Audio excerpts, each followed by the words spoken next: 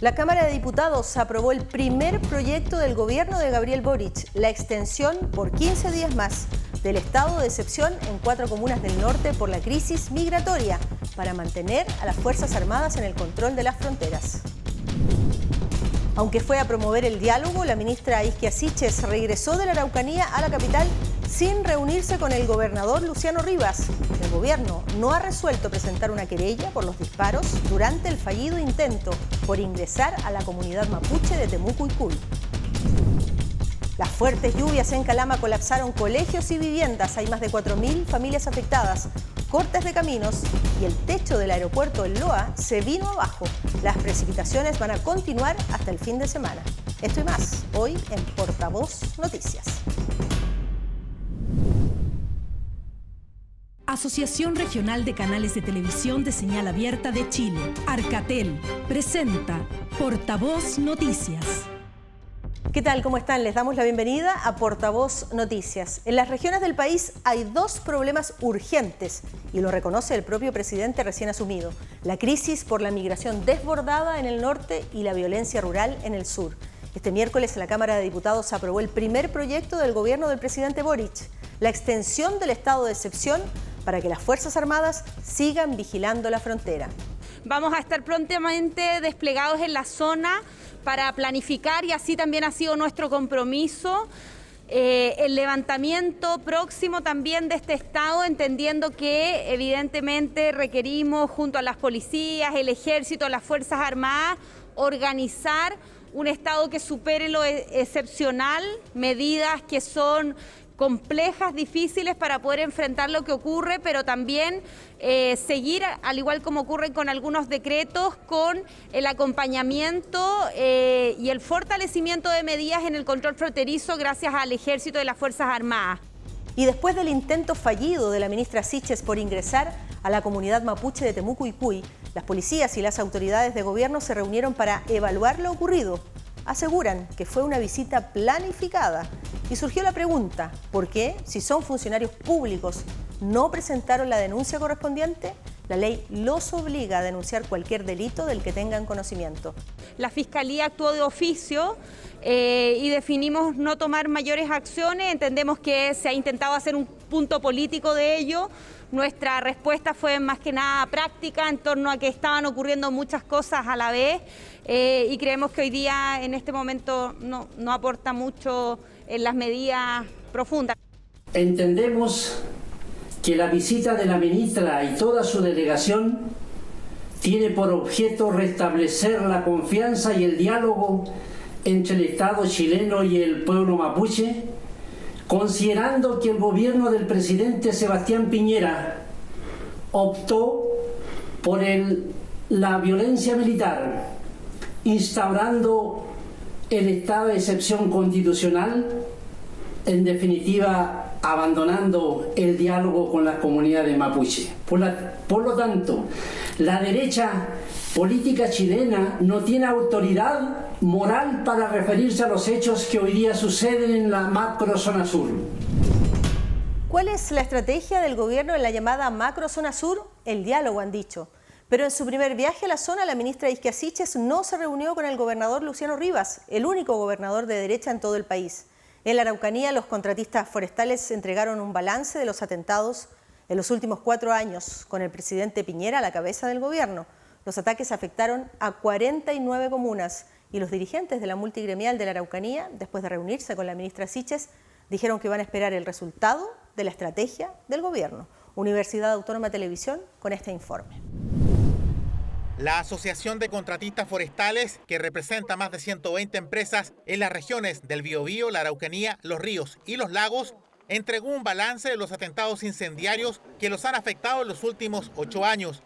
Desde el 2014 hasta el 11 de marzo de este año, contra ellos se han perpetrado 340 atentados, de los cuales el 73%, 248 atentados, se produjeron en el segundo gobierno de Sebastián Piñera.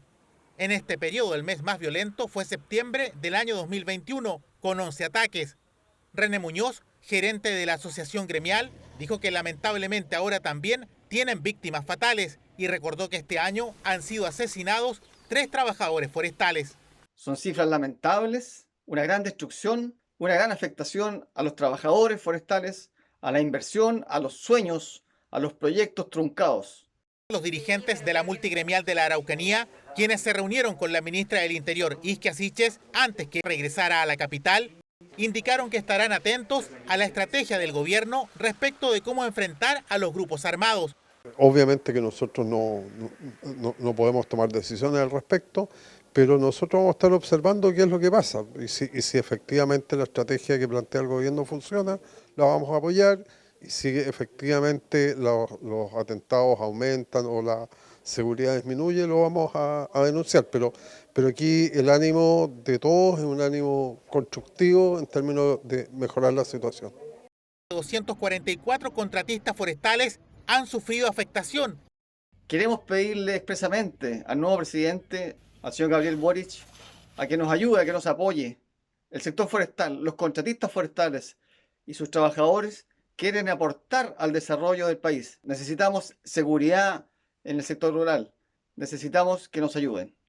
El balance de los contratistas forestales señala que se han destruido 1.158 máquinas, camiones e instalaciones de trabajo y que los atentados incendiarios producto del conflicto mapuche se han registrado en 49 comunas de la macrozona sur.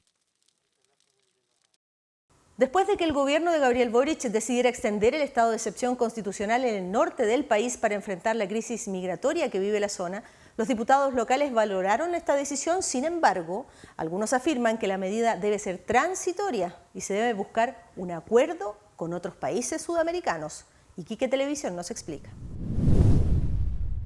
Los diputados locales valoraron las primeras medidas del gobierno de Gabriel Boric para enfrentar la actual crisis migratoria que afecta a Tarapacá, partiendo por la firma del decreto para extender el estado de excepción constitucional en el Tamarugal.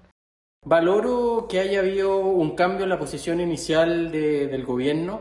Hay que recordar que se opusieron en términos absolutos al establecimiento del estado de excepción. También se valora que vayan a concurrir a la región de Tarapacá distintas autoridades. Yo espero que no vengan a hacer nuevas evaluaciones, sino que a establecer medidas concretas y que además se logre poder redoblar y poder concretar algún trabajo conjunto con los gobiernos, especialmente con Bolivia, porque claramente hasta el minuto eso es un tema deficitario. Podamos ver en conjunto con los alcaldes de nuestra región, con el gobernador y el delegado presidencial, pero también con los parlamentarios, cuáles son las decisiones que hay que tomar de ahora en adelante para que podamos resolver en un mediano plazo, ojalá, el problema migratorio y poder regular el flujo para que las personas que entren por la puerta ancha, que se pueda hacer una revisión de su documentación, del estado sanitario y así podamos por fin ordenar nuestra casa.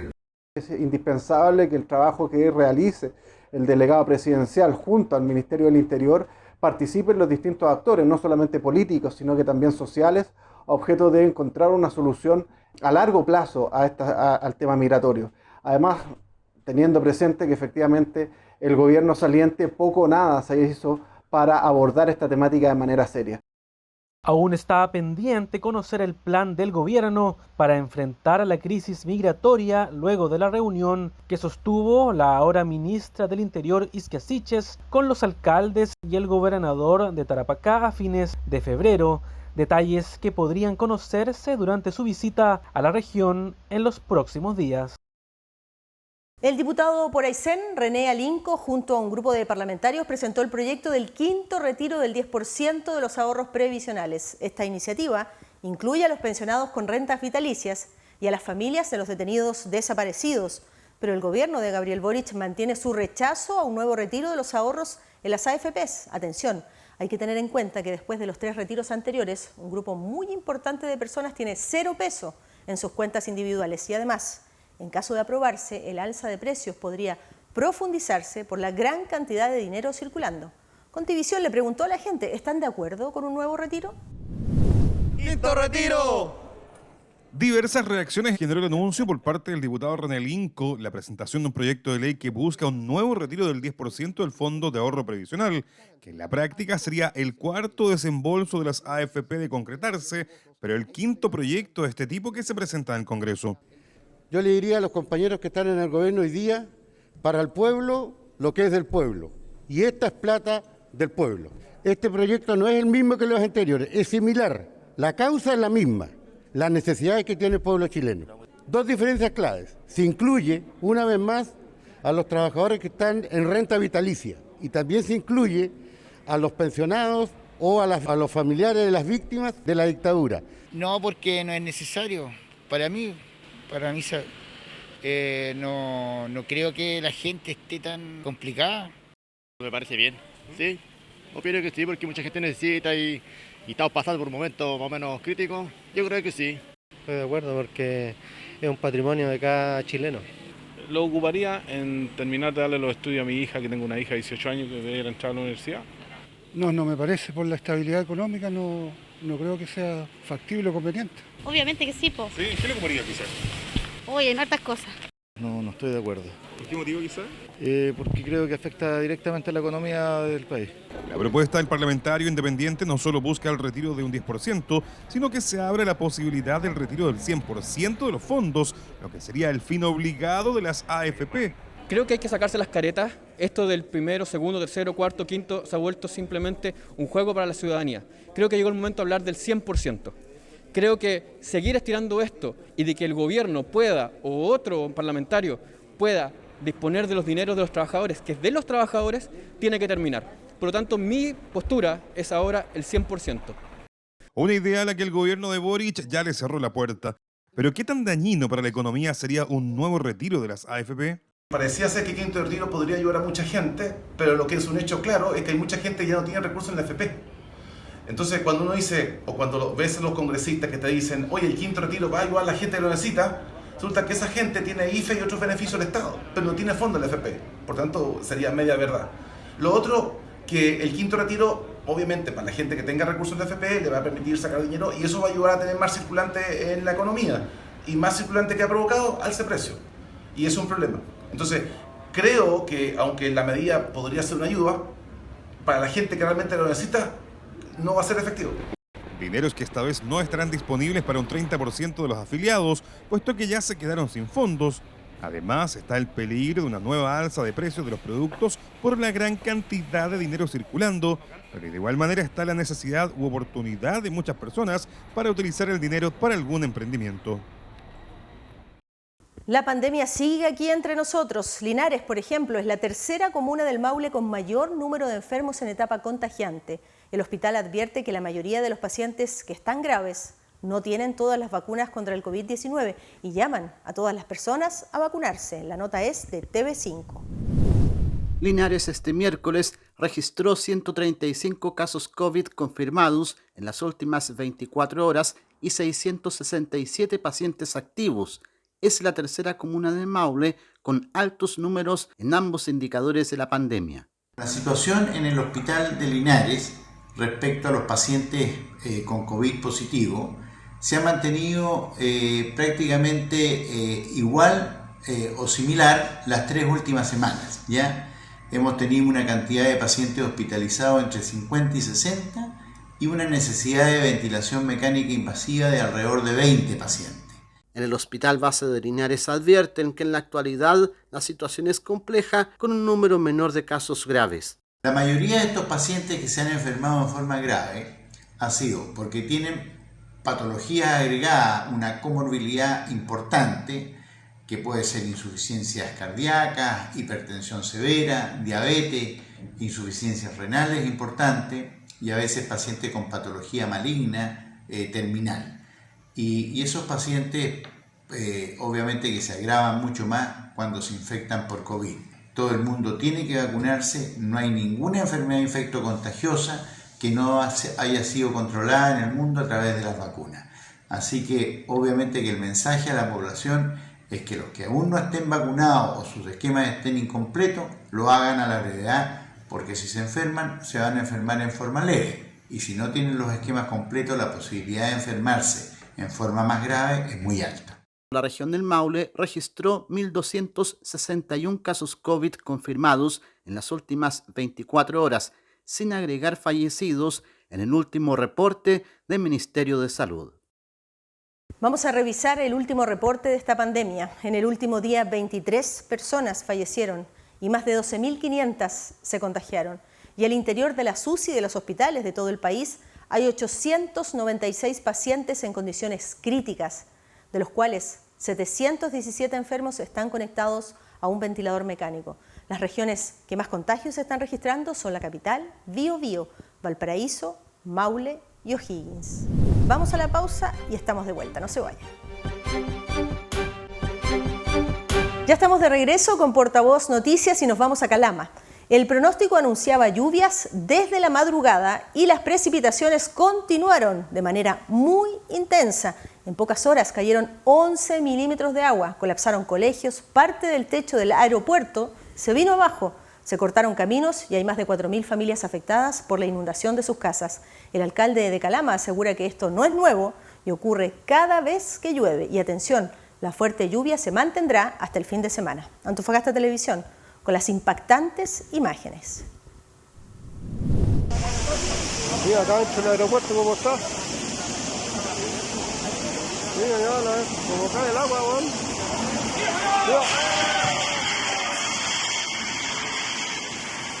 De esta forma, los calameños describían lo que durante toda la tarde de este martes ocurrió en la capital de la provincia, en Loa. 11 milímetros de agua caída en pocas horas hicieron colapsar una serie de infraestructura. Las autoridades regionales realizaron un balance. Ya están todos los caminos conectados, solamente tenemos 18 personas en albergues, pero que básicamente son personas en situación de calles y que ingresaron el día de hoy. Nuestras comunas no están preparadas para este tipo de precipitaciones y por eso es que tenemos que ir mirando esto con un sentido prospectivo. ¿Cómo nos preparamos para este cambio climático? En estos momentos hay que dar tranquilidad a la ciudadanía. Vamos a ir con la delegada a recorrer las escuelas, recorrer los centros de salud. Nos preocupa mucho lo que está pasando en Calama, pero tenemos que hacerlo con responsabilidad y con un sentido de mirar cómo podemos ir mejorando nuestros sistemas de emergencia, los sistemas de respuesta. Todo el mundo tuvo que irse de la feria. ¿Cómo? Han habido escasez de inversiones desde el Estado, desde el nivel central, hacia nuestras regiones. Eso nadie lo puede negar. Es importante entender ahí que la precipitación que se manifestó tuvo bastante intensidad, pero en un corto periodo de tiempo, ¿ya? Y nos causó obviamente las afectaciones que se han registrado durante la noche, que principalmente fueron estructurales. Por un lado tenemos un aeropuerto que se cae el techo.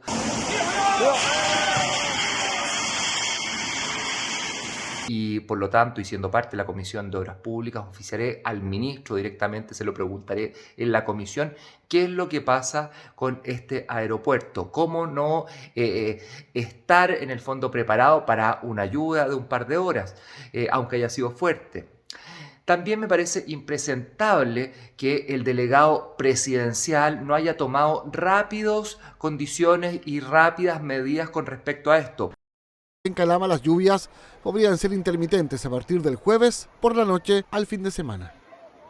El gobernador del Biobío, Rodrigo Díaz, participaba en una reunión por el proyecto de la central hidroeléctrica que pretende instalarse en la región cuando una mujer le arrojó una botella de agua.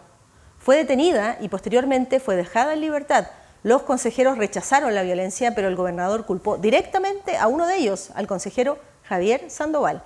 TVU, Universidad de Concepción, con esta historia. La educación sabe que deben haber enseñado a no ser un hueón vendido.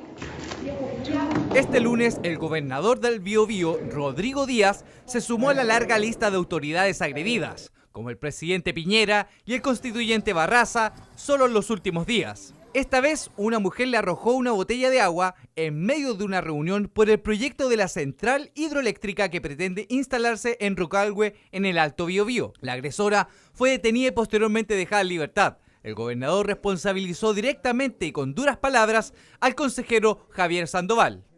El Ministerio Público tendrá que determinar lo que corresponda. Lo que es público y notorio es que esta persona hace bastante tiempo viene generando acusaciones falsas, viene tergiversando atribuciones, inventa problemas y ha generado una escalada de violencia. Yo creo que es un verdadero intento de asesinato de mi imagen. Lo hago personalmente responsable por cualquier tipo de agresión o daño que pueda sufrir. Lamentamos los hechos ocurridos, que fueron bastante erráticos todos, desde el saludo. Un saludo forzando, fuera de protocolo, un saludo de beso, que algunas intentaron no recibir y una de ellas no recibió, y que luego es lo que hace mención esta dirigente, esta activista, y que da lugar a una respuesta bastante provocadora de parte de Rodrigo Díaz de tratarla de no tener educación. A pesar de que la gobernación se reservó el derecho a presentar acciones legales, el Ministerio Público ya trabaja en una investigación de oficio por tratarse de una autoridad. En los Andes partió un proyecto de prevención de la violencia de género. El objetivo es evitar las situaciones de violencia y agresiones en las parejas desde el pololeo. La idea es impulsar la concientización y las denuncias. BTV2 con este informe. En su primera versión, los resultados fueron sorprendentes y hasta impactantes en algunos casos. Proaconcagua decidió darle continuidad a la iniciativa y esta vez lanzando el segundo proyecto preventivo de violencia de género, Desigualmente Iguales, iniciativa que, apoyada financieramente por el 6% del gobierno regional, busca convertirse en una herramienta base para el trabajo en materia de prevención, pero no solo en violencia contra las mujeres, sino que también en hombres y sin discriminación de rango etario. A veces las denuncias no logran medir lo que realmente ocurre en los hogares, en los colegios y en las empresas. Para ir a los grupos donde se concentra mayor número de personas y donde pueden trabajar en conjunto la violencia, digamos, cómo prevenir la violencia de género. Y por eso el proyecto se llama Desigualmente Iguales, porque existe en todos los ámbitos y la verdad es que es muy importante prevenirla porque existen situaciones de mucho riesgo en la que caen, sobre todo en el pololeo, los jóvenes y que pueden, digamos, transformar su vida en un caos. Las encuestas comienzan esta semana y existe un plazo estimado de un mes para completar esta primera etapa que permitirá luego obtener resultados que serán la base para las etapas siguientes que consideran entrega de material gráfico, apoyo comunicacional y charlas en colegios donde los participantes se convertirán en monitores preventivos certificados de violencia de género, aumentando así la red de apoyo a nivel local. Lo importante es no solamente entregar la información, sino que asegurarnos de que ellos puedan replicar esa información entregada en sus comunidades, en sus redes de apoyo, para en caso de que puedan visualizar o visibilizar situaciones de conflicto o de violencia, ya sea violencia intrafamiliar, violencia de género o violencia en el pololeo, puedan ser un canal de ayuda y de apoyo a quienes son víctimas o agresores, porque tenemos que tener también en cuenta que muchas de las campañas publicitarias solamente abordan a la víctima, ¿cierto?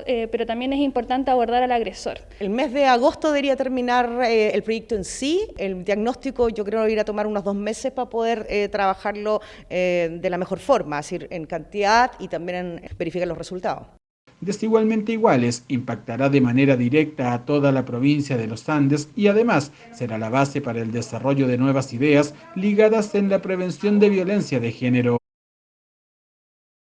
Viajamos al Maule. En San Javier, un accidente de tránsito ocurrido el último fin de semana dejó en evidencia que muchos conductores no respetan las normas y manejan con imprudencia, incluso en las zonas urbanas. El municipio decidió instalar señaléticas y reductores de velocidad. Telecanal de Talca con esta nota. Un accidente ocurrido el fin de semana pasado en el sector Cerro Puyuquén dejó una evidencia de alta velocidad con la que transitaban vehículos y camiones de alto tonelaje por esa y otras rutas como la población Piloto Pardo de Bobadilla. Ante la tardía respuesta de la concesionaria Survías y de Vialidad dependiente del Ministerio de Obras Públicas para tomar medidas ante el aumento del tránsito, el municipio de San Javier instalará señalética urbana y reductores de velocidad para evitar accidentes. Aquí la responsabilidad obviamente es de la concesionaria y el Ministerio de Obras Públicas. Vialidad. Yo tengo más de 5 oficios presentados ya desde que han ocurrido estos hechos por los lomos de toro, reductores de velocidad, la señalética, porque son sectores que antiguamente eran pasos peatonales porque eran fundos. Pero hoy día con la modernidad, con todo lo que es la cantidad de vehículos que transitan, Son irresponsables las velocidades. Frente a esta problemática, el alcalde se reunió con los vecinos y se llegó a la decisión de colocar señaléticas, medida que se ampliará a las rutas cercanas al Paso Superior Bobadilla. Vamos a colocar junto al director de tránsito las señaléticas que también se necesitan en velocidad, en todo lo que corresponda, que es materia de responsabilidad de vialidad. Ministerio de Obras Públicas, y lo digo claramente, emplazo desde aquí, del Cerro Puyuquén, a las autoridades que todavía no están cambiadas y que son responsables de cuántos oficios yo he reclamado. No solamente esto es campo, hay mucha gente que vive acá, mucha gente que transita por acá, mucha gente que transita a pie, en bicicleta, en sus pequeños autos, pero los camiones no los respetan. Las familias del sector reclaman la instalación de las señaléticas por el exceso de velocidad con que transitan los camiones, por lo que preocupa que pueda producir un accidente. A Punta Arenas llegó el rompehielos ucraniano Noósfera con sus 26 tripulantes. Su misión es conseguir provisiones y embarcar científicos para continuar su viaje hacia la Antártica. Zarparon desde la ciudad de Odesa antes de la invasión rusa y van a desarrollar diferentes estudios científicos, como nos cuenta ITV Patagonia. Zarparon el 28 de enero desde la ciudad de Odesa, en Ucrania, varias semanas antes de que el conflicto con Rusia estallara. Sin embargo, los tripulantes de la nave con destino a la Antártica continuaron con su travesía hacia el continente blanco en lugar de regresar a su país. Esto en el contexto de la 27ª campaña antártica ucraniana. Ellos vienen a recoger, aparte de la dotación antártica de este año, que son 11 pasajeros, los cuales hemos estado coordinando de acuerdo al protocolo que tenemos para toda la entrada de los programas antárticos nacionales. Pasan por Punta Arenas, hacen sus cuarentenas, se le hacen los test de PCR y obviamente si están todos facultados para seguir viaje hacia la Antártica, continuarían su viaje el día 23 hacia la base Vernadsky, que es la base ucraniana que existe en la península antártica. La embarcación está compuesta tanto por científicos ucranianos como extranjeros. En esta travesía realizarán diferentes tipos de estudios científicos, entre los cuales se encuentran los geológicos, oceanográficos, químicos, geoespaciales, entre otros. Son muy fuertes en los estudios de cambio climático, de hecho han llevado uno de los registros instrumentales más largos que se conocen en la península antártica y por lo tanto también uno de los parámetros más citados para estudios de cambio climático. Sin embargo, ese proyecto también son bastante fuertes en criósfera, ciencias de la Tierra. El rompehielos Noósfera se quedará unos días en Punta Arenas para reaprovisionarse y embarcar a otro grupo de científicos para continuar con su recorrido de cerca de 1.600 kilómetros hacia la base Akademik Vernadsky. Rodrigo Rojas Vade dejó de ser convencional constituyente. Llegó a ser elegido bajo una mentira. Dijo que tenía cáncer y realizaba eventos para recaudar dinero para tratamientos que no existían. Cuando este escándalo se destapó, debió dejar su cargo, pero la renuncia no pudo hacerse efectiva hasta que el Congreso aprobó la ley que lo permite. Y ahora el Tribunal Electoral lo ha confirmado. La convención que trabaja en la redacción de la nueva Constitución ha quedado conformada por 154 personas con igual número de hombres y mujeres y con 17 representantes de nuestros pueblos originarios. El detalle está en www.portavoznoticias.cl. Llegó el momento de despedirnos y recuerden que estamos en las redes sociales, en Facebook, en Twitter y en Instagram. Gracias por acompañarnos. Hasta pronto. Asociación Regional de Canales de Televisión de Señal Abierta de Chile, Arcatel, presentó Portavoz Noticias.